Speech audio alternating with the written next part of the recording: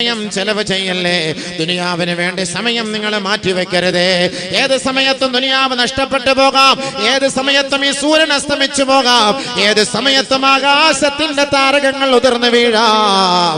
ഈ ഭൂമിയെ വലയം ചെയ്തിരിക്കുന്ന ഈ ആർത്തട്ടഹസിക്കുന്ന സമുദ്രങ്ങൾ അല്ലാഹു കത്തിച്ചു കളയാം.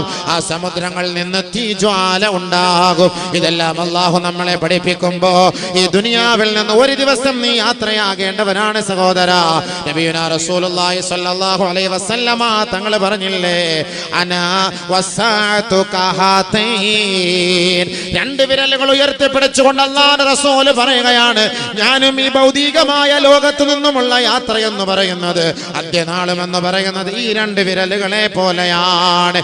ഏത് സമയത്തും അത് സംഭവിക്കാം. ഞാൻ ഈ ലോകത്തേക്ക് കടന്നു വന്നത് ഈ ലോകത്തിന്റെ അവസാനത്തിന്റെ അടയാളമാണ്.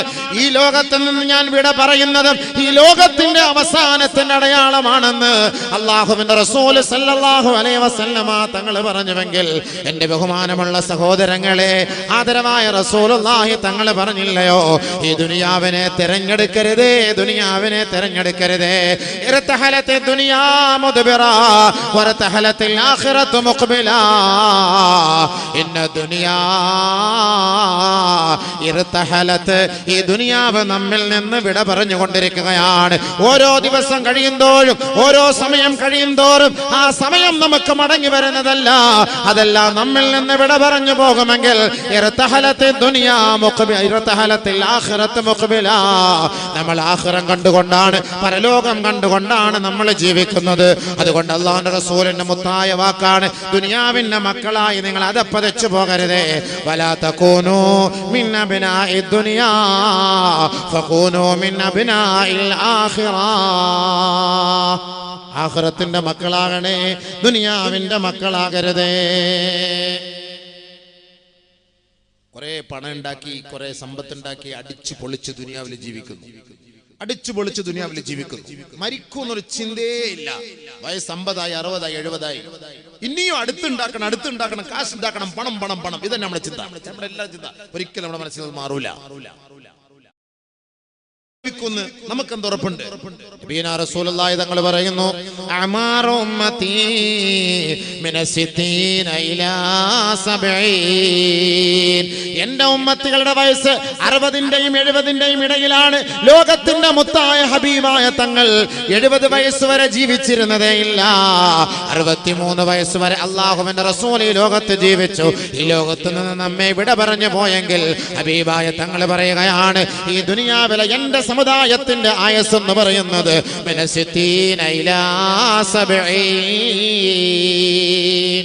60-ന്റെയും 70-ന്റെയും ഇടയിലാണ്. 70 വയസ്സുള്ള മനുഷ്യന്മാർ പോലും അടുത്ത ദുനിയാവിന്റെ പിന്നാലോടാണ്. 70 വയസ്സായിട്ട് ദുനിയാവ്. ഇനി അടുത്ത ഷോപ്പിംഗ് കോംപ്ലക്സ്, അടുത്ത കമ്പനി, അടുത്ത പണം, അടുത്ത ഇടപാട്. മരിക്കുന്നൊരു ചിന്തയില്ല. ഒരിക്കൽ നബിയുനാ റസൂലുള്ളാഹി തങ്ങൾ അരികിലേക്ക് ജിബ്രീൽ അലൈഹിസ്സലാത്തു വസ്സലാം എന്ന് പറയുകയാണ്, യാ മുഹമ്മദു, ഏ മുഹമ്മദേ, ഇസ്മാ ശഅതാ ഫഇന്നക മയ്യിതുൻ. ആദരവായ റസൂലുള്ളാഹി സ്വല്ലല്ലാഹു അലൈഹി വസല്ലമ തങ്ങളെ നോക്കി മഹാനായ ജിബ്രീൽ അലൈഹിസ്സലാത്തു വസ്സലാം പറയുകയാ, മുഹമ്മദേ, നിനക്ക് ഇഷ്ടമുള്ളതുപോലെ ജീവിക്കാം. ഫഇന്നക മയ്യിതുൻ, നീ മരിക്കും മുഹമ്മദേ. ഈ ലോകത്ത് നിന്ന് വിട പറയും മുഹമ്മദേ. സല്ലല്ലാഹു അലാ മുഹമ്മദ് സല്ലല്ലാഹു അലൈഹി വസല്ലം. ഈ ലോകത്ത് നിന്ന് വിട പറയൂ. നബി സല്ലല്ലാഹു അലൈഹി വസല്ലം തങ്ങളെ നോക്കി ജിബ്രീൽ അലൈഹിസ്സലാത്തു വസ്സലാം പറയാണ്, ഇഷ്ടാനുസരിച്ച് ജീവിച്ചോ. പറഞ്ഞ വാക്കാണ്, ആരെ നിർബന്ധിക്കുന്നില്ലല്ലോ. നബി തങ്ങളെ ഇഷ്ടാനുസരിച്ച് ജീവിച്ചോളാം. ഇത് നമ്മളോടുള്ള ഉപദേശമാണ്, നമ്മളോടുള്ള ഉപദേശ നിർദ്ദേശമാണ്. ജിബ്രീൽ അലൈഹിസ്സലാത്തു വസ്സലാമിനോട് ബഹുമാനപ്പെട്ട നബിയുനാ റസൂലുള്ളാഹി സ്വല്ലല്ലാഹു അലൈഹി വസല്ലമ തങ്ങൾ എത്രയോ സംഭാഷണങ്ങൾ നടത്താറുണ്ട്. ഭൗതികമായ ലോകത്തെക്കുറിച്ച്, ആഖിറത്തെക്കുറിച്ച്, സ്വർഗത്തെക്കുറിച്ച്, നരകത്തെക്കുറിച്ച് ചർച്ച ചെയ്യുമ്പോൾ ജിബ്രീൽ അലൈഹിസ്സലാത്തു വസ്സലാമാണ് ആദരവായ റസൂലുള്ളാഹി തങ്ങളോട് പറയുന്നത്, മുഹമ്മദേ, നിനക്ക് ഇഷ്ടമുള്ളതുപോലെ ജീവിക്കാം മുഹമ്മദേ. ഒരു ദിവസം നീ മരണപ്പെടും മുഹമ്മദേ. ആ വാക്ക് നമ്മളോടല്ലേ? ആ വാക്ക് നമ്മളോടല്ലേ? നബി തങ്ങൾ പോയില്ലേ? നിങ്ങൾ പോയില്ലേ? തീർച്ചയായിട്ടും നമ്മളോടല്ലേ. രണ്ടാമത് ബഹുമാനപ്പെട്ട ജിബ്രീൽ അലൈഹിസ്സലാത്തു വസ്സലാം പറയുകയാണ്, യാ മുഹമ്മദ്, മുഹമ്മദേ, അഹ്ബിബ മാ ശിഅത ഫഇന്നക മുഫാരിഖുഹു. മുഹമ്മദേ, നിനക്ക് ഇഷ്ടമുള്ളവരെ സ്നേഹിക്കാം, ഇഷ്ടമുള്ളവരെ പിരിശം വയ്ക്കാം, ഇഷ്ടമുള്ളവരുമായി പ്രേമത്തിലാകാം, ഇഷ്ടമുള്ളവരെ പ്രണയിക്കാം, ഇഷ്ടമുള്ളവരുമായി സല്ലാപത്തിലാകാം. ഫഇന്നക മുഫാരിഖുഹു. ഒരു ദിവസം നീ ഇഷ്ടപ്പെട്ട നിന്റെ ഇഷ്ടഭാജനത്തെ ഉപേക്ഷിച്ചിട്ട് പോകേണ്ടി വരും മുഹമ്മദേ. നബിയുനാ റസൂലുള്ളാഹി സ്വല്ലല്ലാഹു അലൈഹി വസല്ലമ തങ്ങളോട് ജിബ്രീൽ അലൈഹിസ്സലാത്തു വസ്സലാം പറയുകയാണ്, എല്ലാരും വിട്ടുപിരിഞ്ഞു പോകൂലേ?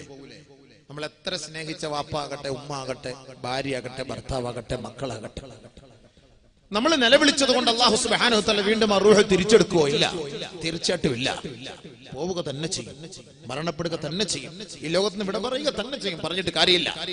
നമ്മുടെ നാട്ടിലല്ലേ ബഹുമാനപ്പെട്ട റിയാസ് മൗലവി നവറല്ലാഹു മർഖദഹു ഷഹീദ് ഈ ലോകത്ത് നിന്ന് വിട പറഞ്ഞു പോയത്. അന്ന് രാത്രി തന്റെ ഭാര്യയെ വിളിച്ചിട്ടായിരിക്കാം കിടന്നുറങ്ങിയത്. അന്ന് രാത്രി തന്റെ പൊന്നുമോള്, 2 വയസ്സുള്ള പൊന്നുമോള് ഷബീബ, ഫാത്തിമ ഷബീബ എന്ന പൊന്നുമോളെ കുറിച്ച് ഫോണിലൂടെ ചർച്ച ചെയ്യുകയും ആ ഫോണിലൂടെ ഒരു ചുടുചുംബനം നൽകുകയും ചെയ്തിട്ടായിരിക്കാം നമ്മുടെ സഹോദരനായ റിയാസ് മൗലവി ഉറങ്ങുന്നത്. അല്ലാഹുവേ, നിന്നെ കുറിച്ച് സ്മരിച്ചുകൊണ്ടാണ് കിടന്നത്. നാളെ നേരം വെളുക്കുമ്പോൾ തഹജ്ജുദിന് എഴുന്നേൽക്കണമെന്നുള്ള നീയത്തോടെ, സുബഹിക്ക് ബാങ്ക് വിളിക്കണമെന്നുള്ള നീയത്തോടെ അലാറവും വെച്ച് ദിക്ർ ചൊല്ലിക്കൊണ്ട് ഉറങ്ങുന്ന മനുഷ്യ, അവന്റെ ഉറക്കം എന്നേക്കുമായുള്ള സ്വർഗലോകത്തിന്റെ ഉറക്കമാണെന്ന് ആ റിയാസ് സാഹിബ് ആഗ്രഹിച്ചുകൊണ്ടാണോ കിടന്നുറങ്ങിയത്? അതല്ലെങ്കിൽ നമ്മൾ ആരെങ്കിലും അങ്ങനെ കരുതിയിരുന്നോ സഹോദരാ? ചിന്തിക്കണേ, മനസ്സിലാക്കണേ സഹോദര. ആരാണ് ധരിച്ചു പോയത്? ആരെങ്കിലും കരുതിയിട്ടുണ്ടോ? ഈ പാവപ്പെട്ട ചെറുപ്പക്കാരൻ വളരെ വേഗത്തിൽ തന്നെ അള്ളാഹുവിന്റെ ദർബാറിലേക്ക് മടങ്ങുമെന്ന് ആരെങ്കിലും ധരിച്ചിരുന്നോ? ഇല്ല, ഇല്ല. അള്ളാഹുവിന്റെ തീരുമാനം എത്തിയിരിക്കുകയാണ്. അതാരാകട്ടെ, എത്ര കുഞ്ഞുങ്ങൾ ഉണ്ടാകട്ടെ, കുഞ്ഞുമക്കൾ ഉണ്ടാകട്ടെ, എത്ര ഭാര്യയുണ്ടാകട്ടെ, സഹോദരങ്ങൾ ഉണ്ടാകട്ടെ, മാതാപിതാക്കൾ ഉണ്ടാകട്ടെ, അള്ളാഹുവിന്റെ വിധി വന്നു കഴിഞ്ഞാൽ അതിനെ തടഞ്ഞു നിർത്താൻ ഒരാൾക്കും സാധ്യമല്ല. പക്ഷേ റിയാസ് പോയത് സ്വർഗത്തിലല്ലയോ?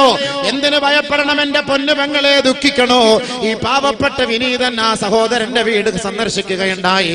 കഴിഞ്ഞ ആഴ്ചയിൽ ഈ നാട്ടിലെ പ്രഭാഷണത്തിന് വന്നപ്പോ ആ വീട്ടിലേക്ക് പോവുകയുണ്ടായി. എത്രയോ കുപ്രചാരങ്ങളായിരുന്നു ആ മനുഷ്യനെ കുറിച്ച് പറഞ്ഞിരുന്നത്. ആ മനുഷ്യൻ ആ സഹോദരിയുടെ മുപ്പയെ പോയി കാണുകയും ആ സഹോദരിയെ കുറിച്ച് അറിയുകയും അവിടെ ഒരു ചെറിയ നസീഹത്ത് നടത്തി ആ സഹോദരിക്ക് ഒരു സമാധാനം കൊടുക്കുകയും ഈ വിനീതനെ കൊണ്ട് കഴിയുകയുണ്ടായി. അൽഹംദുലില്ലാഹ്. ഈ വിനീതൻ ആ സഹോദരനോട്, ആ പിതാവിനോട് ചോദിച്ചു, നിങ്ങളുടെ മകളുടെ പേരെന്ത്? സഈദ. ഫേസ്ബുക്കിലൊക്കെ ആവശ്യമില്ലാത്ത ഫേസ്ബുക്കിൽ, വാട്സപ്പിലൊക്കെ ഒരു മനുഷ്യൻ മരിച്ചു കഴിഞ്ഞാൽ ഇതിന്റെ ഹക്കും ബാത്തിലും ഒന്നും അറിയാതെ അങ്ങോട്ട് പാരസ്യപ്പെടുത്തൽ തന്നെ. ഒരു 2 കുഞ്ഞുങ്ങൾ എടുത്തു വെച്ചിട്ട് 2 കുട്ടികളുണ്ട്, 3ാമത് ഗർഭിണിയാണ്, പേര് ഷഹീദ, അവൾ തന്നെ ഷഹീദാവാൻ നിയത്ത് ചെയ്തിരിക്കുകയാണ്, അതുകൊണ്ട് അദ്ദേഹം ഷഹീദ. എന്താ? ഞാൻ ചോദിച്ചു, നിങ്ങളുടെ മകളുടെ പേരെന്ത്? സഈദ. ഷഹീദ അല്ല. ഭാഗ്യമുള്ളവള്, ഭാഗ്യമുള്ളവളടുത്ത് സഈദ. എത്ര വലിയ ഭാഗ്യമുള്ള ഷഹീദ എന്ന് പറയും. എത്ര മക്കളുണ്ട്? ഒരു കുട്ടിയുള്ളൂ, 2 വയസ്സായ കുഞ്ഞ്, 2 വയസ്സായ കുഞ്ഞ് ഷബീബ, ഫാത്തിമ ഷബീബ. ബഹുമാനമുള്ള സഹോദരങ്ങളെ, ഞാൻ അവിടെ ഇരുന്ന ഒരു 13 മിനിറ്റ് ആ സഹോദരി തൊട്ടടുത്ത മുറിയിൽ ഇരിക്കുന്നു. ഒരു ഉപ്പയുണ്ട്, ബാക്കിയുള്ള കുടുംബക്കാരുണ്ട്. ഞാനൊരു 10, 12, 13 മിനിറ്റ് ആ സഹോദരിക്ക് വേണ്ടി ഒരു നസീഹത്ത് ചെയ്തു. കാരണം എന്താണ്? ശുഹദാക്കളുടെ മഹത്വം എന്താണ്? ഷഹീദിന്റെ മഹത്വം എന്താണ്? അല്ലാഹുവിന്റെ മാർഗത്തിൽ നമ്മൾ ബാങ്ക് വിളിക്കുന്ന വ്യക്തിയാണ് ഷഹീദ്. ബാങ്ക് വിളിക്കണം. ഇമാമിനെക്കാളും കൂടുതൽ പദവി ആർക്കാ? മുഅദ്ദിനാണ്. നമ്മളൊക്കെ നാട്ടില് മൊല്ലാക്ക, മുഅദ്ദിനൊക്കെ നമ്മൾ കാണുന്ന മുക്രിച്ച. നമ്മുടെ മുക്രിച്ചയുടെ ശമ്പളം 5500. ഹത്തീബിച്ചാന്റെ ശമ്പളം 15500. മുക്രിച്ചക്ക് എന്താ വിലയുള്ളത്? എന്നാൽ അള്ളാഹിന്റെ അടുക്കൽ ആർക്കാ ഏറ്റവും വലിയ വിലയുള്ളത്? മുക്രിച്ചക്കല്ലേ? ബാങ്ക് വിളിക്കല്ലേ? 5 നേരം അള്ളാഹുലേക്ക് വിളിക്കല്ലേ? ഹയ്യ അലസ് സ്വലാഹ്.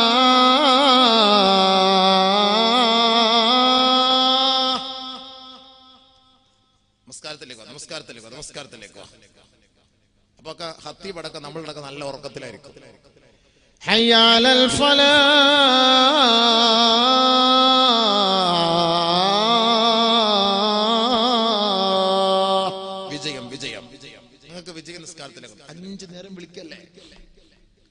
രാത്രി ഉറങ്ങുന്ന മനുഷ്യനെ തട്ടി ഉണർത്തുന്നു ആര്? നമ്മുടെ ഭാര്യ, ഭർത്താവാ, നമ്മുടെ ഉപ്പയാ, നമ്മുടെ ഉമ്മയാ? നമ്മളൊക്കെ നല്ല നിദ്രയിൽ ആണ്ട് പൂണ്ട് കിടക്കുമ്പോ അസ്സലാത്തു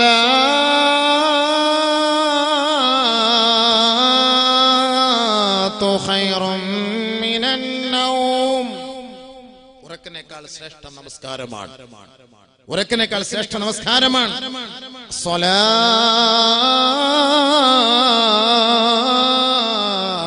ഖൈറും മിനൻ നൗം.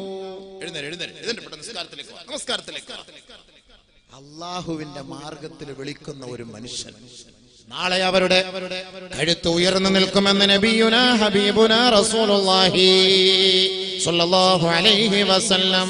ഷഹീദ് റിയാസിന്റെ തലനാളെ ഉയർന്നു നിൽക്കും, മഹ്ശറ വൻസഭയിൽ ഉയർന്നു നിൽക്കുമത്രേ. ഈ പള്ളികളായ പള്ളികൾ മുഴുവനും ആരാണോ ബാങ്ക് കൊടുക്കുന്നത്, മുഅദ്ദിൻമാരേ, നിങ്ങൾക്ക് സന്തോഷ വർത്തമാനമാണ്, സന്തോഷ വർത്തമാനമാണ്. നാളെ മഹ്ശറ വൻസഭയിൽ ജനങ്ങൾ വിയർപ്പിൽ മുങ്ങി കുളിച്ചുകൊണ്ട് നിൽക്കുമ്പോ നിങ്ങളുടെ തലയാണ് ഉയർന്നു നിൽക്കുക.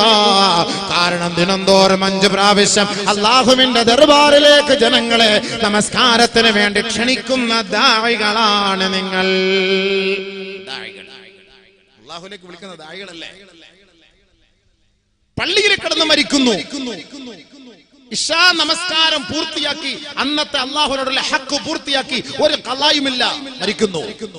സുബഹി നമ്മുടെ മേൽ നിർബന്ധമില്ല, നാളെ ജീവിച്ചിരിക്കുന്നെങ്കിൽ മാത്രമേ നിർബന്ധമുള്ളൂ. ഇശാ നമസ്കാരം കഴിഞ്ഞു, അള്ളാഹുവിന്റെ ഉത്തരവാദിത്തം നിറവേറ്റി പൂർത്തിയാക്കി ഉറങ്ങി. കയ്യില് തസ്ബീഹ് മാല, ദിക്റിന്റെ പെട്ടി, അള്ളാഹുവിന്റെ ഭവനത്തിൽ കിടന്നുറങ്ങുമ്പോ ഓർക്കണ എന്റെ പൊന്നു സഹോദര, ശുഹദാക്കൾക്ക് അള്ളാഹു നൽകിയ സ്ഥാനം എന്താണ്? വലാ തഖൂലൂ ലിമൻ യുഖ്തലു ഫീ സബീലില്ലാഹി അംവാത് ബൽ അഹ്യാഉൻ വലാകിൻ ലാ തശ്ഉറൂൻ. പരിശുദ്ധ ഖുർആൻ നമുക്ക് പഠിപ്പിച്ചു തരുന്നു. ബഹുമാനപ്പെട്ട റിയാസിന്റെ വിധവയായ സഈദ എന്ന് പറയുന്ന പൊന്നു സഹോദരി, എന്റെ പൊന്നു പെങ്ങളെ, അതേപോലെ ഷഹീദ് ഫൈസലിന്റെ വിധവയായ പൊന്നു സഹോദരിയെ, ആയിരക്കണക്കായ നൂറുകണക്കായ മക്കൾ നമ്മുടെ നാട്ടിൽ നിന്ന് ഷഹീദാക്കപ്പെട്ടിട്ടുണ്ടെങ്കിൽ ആ ഷഹീദാക്കപ്പെട്ടവരുടെ മാതാക്കളും പിതാക്കളും പെങ്ങന്മാരും മനസ്സിലാക്കട്ടെ, അവരെ കുറിച്ച് നിങ്ങൾ മരിച്ചുപോയെന്ന് നിങ്ങൾ ധരിക്കരുതേ.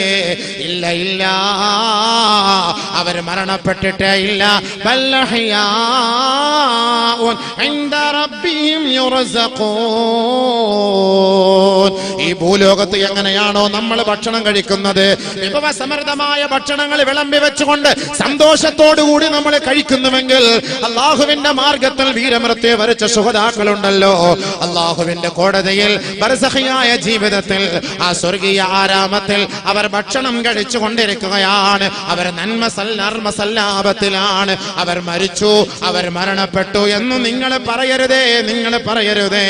വലാ തഖൂലൂ ലിമൻ യുഖ്തലു ഫീ സബീലില്ലാഹി അംവാത്. ആദരവായ റസൂലുള്ളാഹി തങ്ങൾ പറയുകയാ, ഇന്ന അർവാഹ ശുഹദാഇ ഫീ ഹവാസിൽ തൈരിൻ ഖളിരിൻ ഫീ ഹവാസിൽ തൈരിൻ ഖളിരിൻ തസ്റഹു ഫിൽ ജന്നതി ഹൈതു ഷാഅത് ثم تأوي إلى قناديل معلقة تحت العرش فاطلع عليهم ربك فيقول ماذا تبغون.